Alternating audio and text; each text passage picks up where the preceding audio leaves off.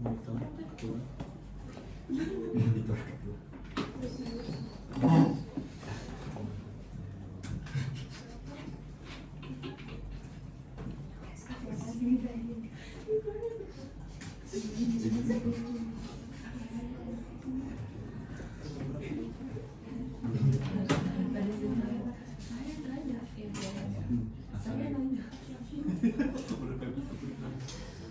Harus tegas ya.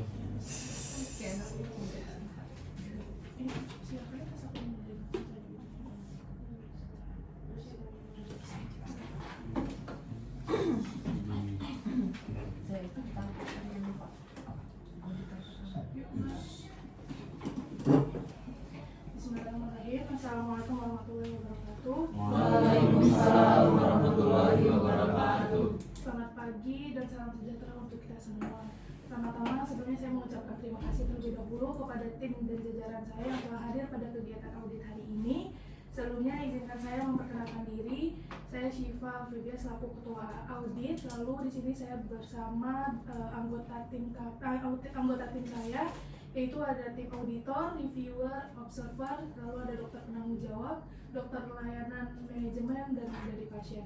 Lalu boleh dari tim auditor dulu, silakan memperkenalkan diri. Terima kasih Ketua, izin memperkenalkan diri, nama saya Muhammad Atul Jalian sebagai tim auditor pertama.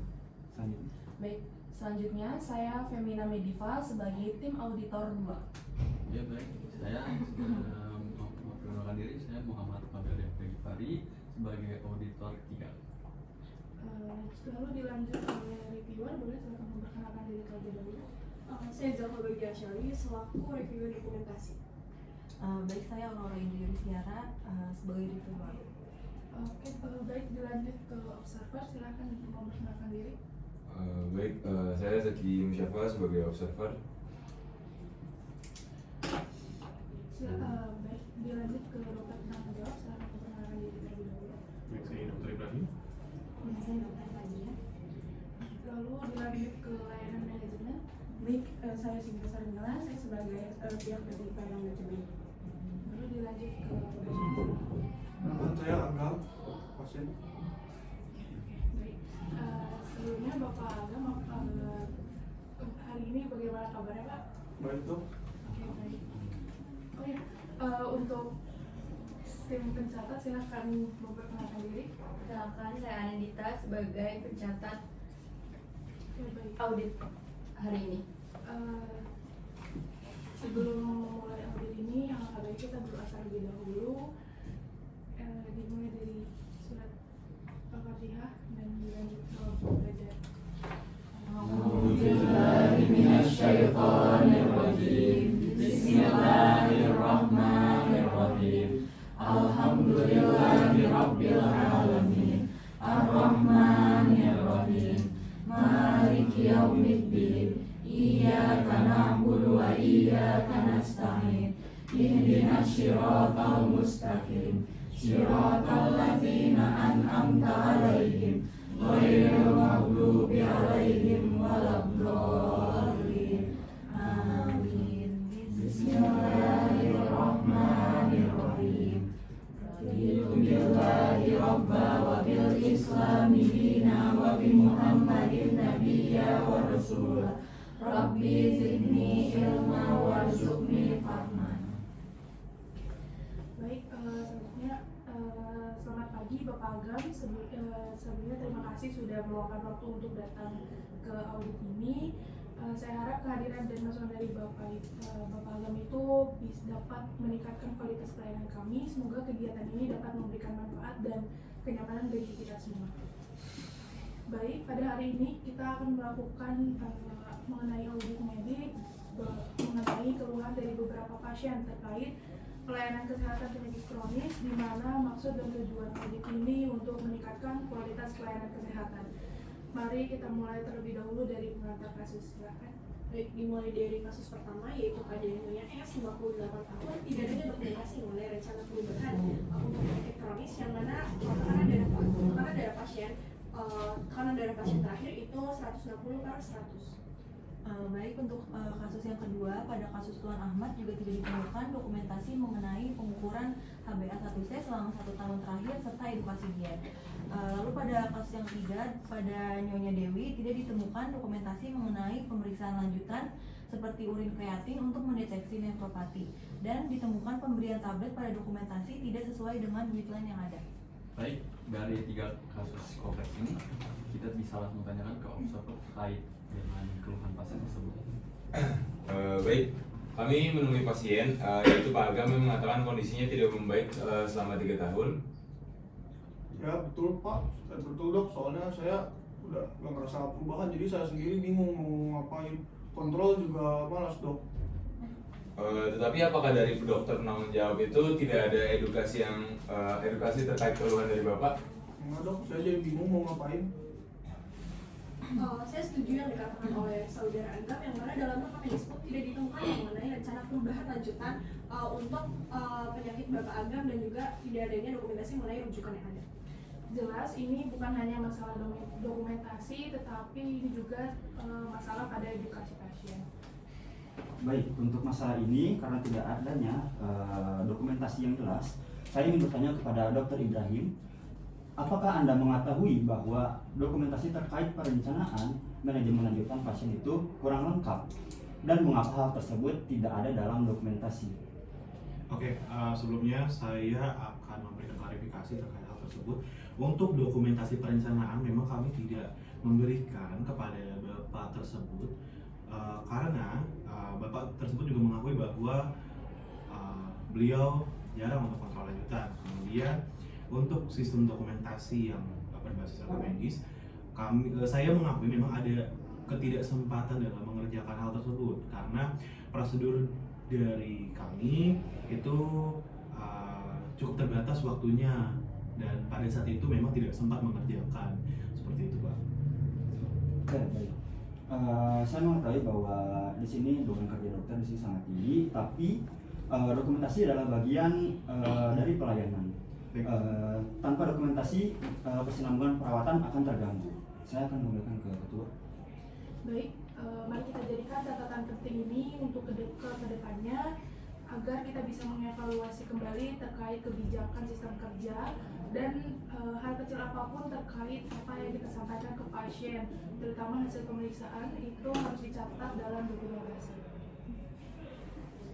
Baik, pada kasus selanjutnya ditemukan tidak adanya dokumentasi terkait HbA1c dan juga pasien mengeluh ketidakpahaman mengenai edukasi diet. Apakah dari DPJP tidak menjelaskan edukasi diet dan tidak memberikan pemeriksaan lanjutan HbA1c? Iya betul, kami sudah memberikan HbA1c karena pasis kami tidak memiliki lab yang lengkap. Untuk edukasi sesuai dengan Dr. Ibrahim katakan, saat itu beban kerja sangat tinggi, yang mana pasien 100 dalam sehari dengan waktu pemeriksaan terbatas. Jadi pasien tidak ada kesempatan untuk saksi tanya jawab lebih dalam. Kami menduga ada vaskes yang masih kurang di lab dan keterbatasan waktu. Baik, boleh silakan dipanggil pelayanan kesehatan. Iya Bu, ada yang dapat saya bantu Bu? Kami menemukan ketidaktersediaan fasilitas HbA1c. Apakah ada kendala? Iya betul Bu, untuk anggaran vaskes itu sendiri itu tidak mencukupi kebutuhan dari lab itu sendiri, seperti itu. Baik, terima kasih atas informasinya. Untuk kedepannya kita akan memperbaiki kebijakan sistem kerja dan anggaran dana serta infrastruktur fasilitas lab di puskesmas. Baik, pada kasus terakhir ada laporan dari pihak reviewer mengenai dokumentasi terkait ketersediaan obat. Bagaimana ini? Iya benar, kami menemukan pada dokumentasi pemberian obat tidak sesuai dengan guideline dan tidak adanya obat yang dibutuhkan. Iya benar Bu, itu dikarenakan ada beberapa kendala, salah satunya itu dari kendalanya supplier itu sendiri Bu. Oke. Namun tidak ada laporan stock out dan resmi. Itu sangat fatal karena pemberian obat ini yang tidak sesuai dengan guideline tersebut. Baik Pak, nanti di sini kami akan membuat revisian ulang mengenai pelaporan itu sendiri serta membuat remedial itu secara otomatis ya Pak. Lalu tidak ada pemeriksaan urin atau kreatin untuk deteksi neuropati dari DPJP. Apakah Anda alasan mengapa pemeriksaan tersebut tidak dilakukan? Ya benar, saya tidak melakukannya karena ketidak tersediaannya fasilitas lab di puskesmas kita. Tadi sudah saya jelaskan ulang Pak mengenai beberapa fasilitas itu sendiri, karena kebutuhan dari fasilitas itu sendiri itu tidak mencukupi dari lab itu sendiri Pak. Ini masalah dari pihak produk ini masalah sistemik, dokumen yang sangat buruk, waktu pemeriksaan terbatas, vaskes lab yang tidak lengkap, dan stok obat yang tidak memadai dan tidak tersedia. Ini bukan salah satu bagian saja, ini rantai masalah. Baik Ketua, izin. Jadi berarti kita harus membuat rekomendasi yang menurut untuk masalah ini. Baik, saya setuju. Jadi mari kita susun terlebih dahulu penyelesaian berdasarkan prioritas risiko. Baik, saya siap untuk mencatat rekomendasi final. Baik, untuk rekomendasinya, 1. Pelatihan mengenai pelatihan ulang dokumentasi medis untuk semua tenaga kesehatan. 2. Adanya penambahan waktu pemeriksaan pada pasien. 3. Audit laboratorium internal setiap bulan. 4. Sistem inventory obat digital dengan bisa digunakan dengan alarm jika stok mulai habis. 5. Dilakukan buku monitoring kepatuhan pada pasien penyakit kronis. 6. Mengadakan evaluasi triwulan oleh tim mutu dan dari tim keselamatan pasien. Baik, dari pihak manajemen siap menerapkan semuanya Bu. Semoga pelayanannya jadi lebih jelas. Saya juga akan lebih patuh. Saya juga kami sebagai tenaga medis juga siap memperbaiki masalah ini. Baik, dari Bapak sudah jelas. Sudah jelas. Baik, sebelumnya saya mengucapkan terima kasih terlebih dahulu kepada semua pihak yang telah tergabung dalam audit ini. Saya harap dengan adanya audit ini dapat meningkatkan mutu pelayanan kami dan pada pasien, pada Bapak Agam dan pada pasien lainnya dapat mendapatkan perawatan yang terbaik.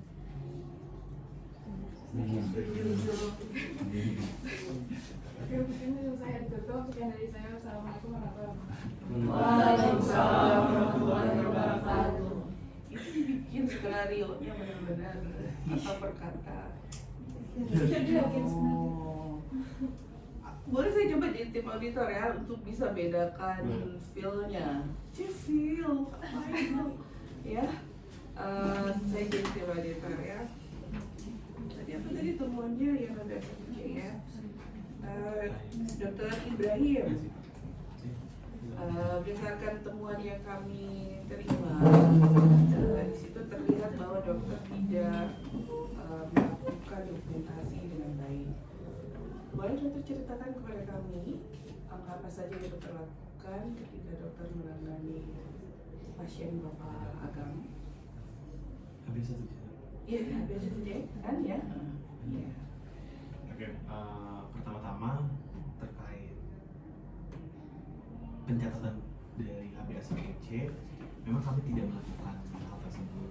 Iya, saya tahu itu temuan kami, tapi boleh diceritakan dalam keseharian Dr. Ibrahim ketika menghadapi pasien DM tipe 2, apa saja yang Dr. Ibrahim kerjakan? Jadi untuk keseharian saya sebagai dokter pada saat saya mengalami pasien dengan penyakit diabetes mellitus tipe 2, seperti biasa saya lakukan asesmen melewati proses objektif, kemudian asesmen dan planning. Pada bagian asesmen dan planning, beberapa tahapan ada yang dilakukan proses pengecekan kadar gula darah melalui glukocek, tidak dengan HbA1c karena prosedur karena ketersediaan HbA1c di puskesmas terbatas. Kemudian untuk proses pendekatan lainnya seperti gula darah sewaktu, gula darah puasa itu tetap dicatat. Tetap bisa dikerjakan Dr. Ibrahim ya. Apakah itu sudah dicatat dalam lembaran SOP? Sudah. Saya catat ya kepada Ibu Pengelola Puskesmas. Apakah pemeriksaan HbA1c merupakan hal rutin yang dikerjakan di puskesmas ini? Baik Bu, mengenai untuk akses itu sendiri, di mana dia punya kendala. Salah satunya itu pelayanan dari HB1C itu tidak diselenggarakan di puskesmas Tidak sendiri. dikerjakan, baik. Ya. Mengapa menurut Ibu tidak dikerjakan? Dikarenakan dari anggarannya itu tidak memadai. Anggaran tidak memadai. Dr. Ibrahim tahu bahwa pemeriksaan HB1C adalah sesuatu yang harus dikerjakan. Tahu. Apakah ada guidelines yang menunjukkan itu? Ada dok. Jika tidak melakukan pemeriksaan HB1C, menurut Dr. Ibrahim, adakah pemeriksaan yang cukup adekuat untuk menggantikan itu dan bisa dikerjakan dalam pelayanan? Bisa. Ada. Lalu mengapa Dr. Ibrahim tidak melakukan tindakan berdasarkan hasil pemeriksaan itu? Apakah glukocek menurut Dr. Ibrahim tidak cukup? Cukup dok. Jadi mengapa tidak melakukan upaya itu? Karena dalam catatan kami, Dr. Ibrahim tidak melakukan, tidak menyusun rencana dan tidak membuat rencana edukasi terkait dengan itu. Baik, terima kasih Dr. Ibrahim menerima kesalahannya. Baik. Dan tadi disampaikan tentang waktu pelayanan. Dokter siapa namanya? Cynthia? Fajri ya. Dokter Fajri ya, boleh diceritakan berapa jumlah pasien per hari untuk Fajri? Per hari kurang lebih ada 100 pasien. 100 orang, itu bersama Dr. Ibrahim atau Dr. Fajri? Kurang lebih ada 100 pasien. 100 orang, itu bersama Dr. Ibrahim atau Dr. Fajri sendiri? Bersama Dr. Ibrahim, Dr. Fajri yang mulai pelayanan jam berapa? Jadi jam 8 pagi, waktu istirahat jam berapa? Jam 12. Berarti dari jam 8 sampai jam 12 tidak pernah istirahat? Iya. Istirahat berapa lama? Kurang lebih Istirahat yang 1 jam. Kemudian dari jam 12 sampai istirahat 1 jam, jam 1 lalu sampai jam berapa? Kerjanya jam 4. Berarti 4 jam, berapa? 8 tambah 12, 4 3 jam ya? Tetap aja ya? Baik. Segitu selesai 100. Kalau bagi Dr. Ibrahim bisa 50-50? Bisa. Segitu selesai 50 selesai. Selesai atau diselesaikan? Diharuskan selesai. Diharuskan selesai. Dr. Fajar yang pernah menolak pasien, meminta pendaftaran untuk menghentikan pasien? Tidak. Kenapa Dr. Fajar? Karena harusnya karena sudah kewajiban. Sudah kewajiban. Dr. Fajar sadar betul bahwa Dr. Fajar membutuhkan konsentrasi untuk melakukan pemeriksaan.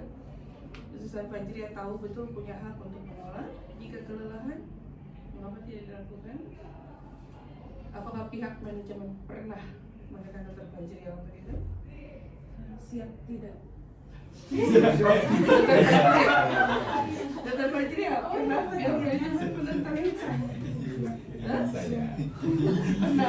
Jadi kalau Dr. Fajri minta istirahat, pihak manajemen menolak.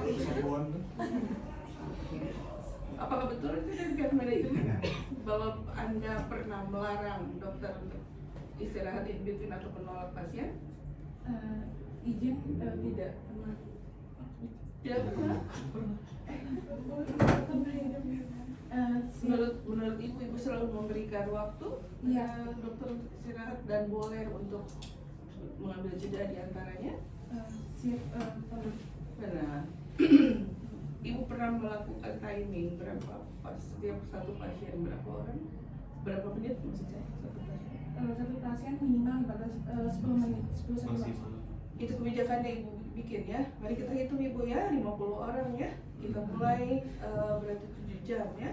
7 jam berarti berapa menit? Kalau 7 kali 60 berarti berapa? 560. Hah? 60 dikali 7 kali 6 ya 420. 10 menit berarti bisa 42 pasien. Tapi kan kita punya buying time lainnya ya, ada spare lainnya ya untuk memanggil pasien duduk di depan kita, berarti katakanlah 15 menit. Bagaimana bisa ibu bisa ceritakan 50 pasien yang dokter Fajri yang bisa selesai dalam waktu 7 jam. Menurut Ibu masuk akal? Untuk sejauh ini dari hasil yang sudah didapatkan itu sesuai dengan jam timeline itu. Jadi bisa diatur dengan. Ibu pernah ada di situ dan melihat dengan baik bagaimana dokter melayani pasien? Iya, saya sudah melihatnya. Pernah melihat dokumentasi selain dari 3 pasien yang kita permasalahkan hari ini? Dia juga. Bapak Agam, apa kabar Pak Agam? Maaf ya, boleh kami bertanya sedikit Pak Agam? Ya, Bapak pernah dilayani oleh salah satu dari dokter di sini? Pernah oleh Dokter Ibrahim. Dokter Ibrahim. Dokter Ibrahim, kira-kira berapa lama Bapak Agam bisa ngobrol dengan Dokter Ibrahim? Jadi kalau ketemu dengan Dokter Ibrahim, Bapak Agam punya waktu bercerita masalahnya Pak Ibrahim selama ini? Pak Agam selama ini? Ada waktunya. Ada, cukup. Bapak merasa tercukupi, puas gitu bisa ceritakan masalahnya? Tidak. Apakah selama ini Dokter Ibrahim menjelaskan apa saja yang akan dia lakukan, mengapa itu dilakukan? Tapi kadang-kadang terlalu cepat. Kadang-kadang terlalu cepat. Apakah Dokter Ibrahim menjelaskan pilihan-pilihannya seperti kemungkinan melakukan pemeriksaan di tempat lain? Tidak pernah. Review dokumen mana? Mohon tolong dicek apakah pemeriksaan HbA1c merupakan pemeriksaan rutin yang dikerjakan pada fasilitas kesehatan pelayanan tingkat 1.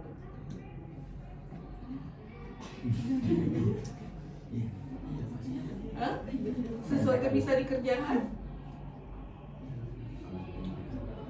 Sesuatu yang bisa dikerjakan? Jawabannya tidak ya, karena itu bukan lab standarisasi khusus yang kita boleh minta tapi tidak berani. Berarti itu sesuatu yang harus memang tidak bisa dikerjakan di Vaskes 1, memang harus, tapi harusnya dokternya tahu bahwa itu sesuatu yang harus dirujuk gitu, dia mengirim permintaan lab ke rumah sakit terdekat untuk mendapatkan HbA1c. Karena HbA1c ada standarisasinya. Ya kalau tidak ada maka kita menggunakan GDP saja. Oke? Kurang lebih begitu. Jadi ketika kita melakukan audit, untuk satu pertanyaan harusnya ditanyakan pada beberapa pihak, itu yang namanya cross check kan? Kita cross check dari posisi yang lain. Jadi kalau dia mengatakan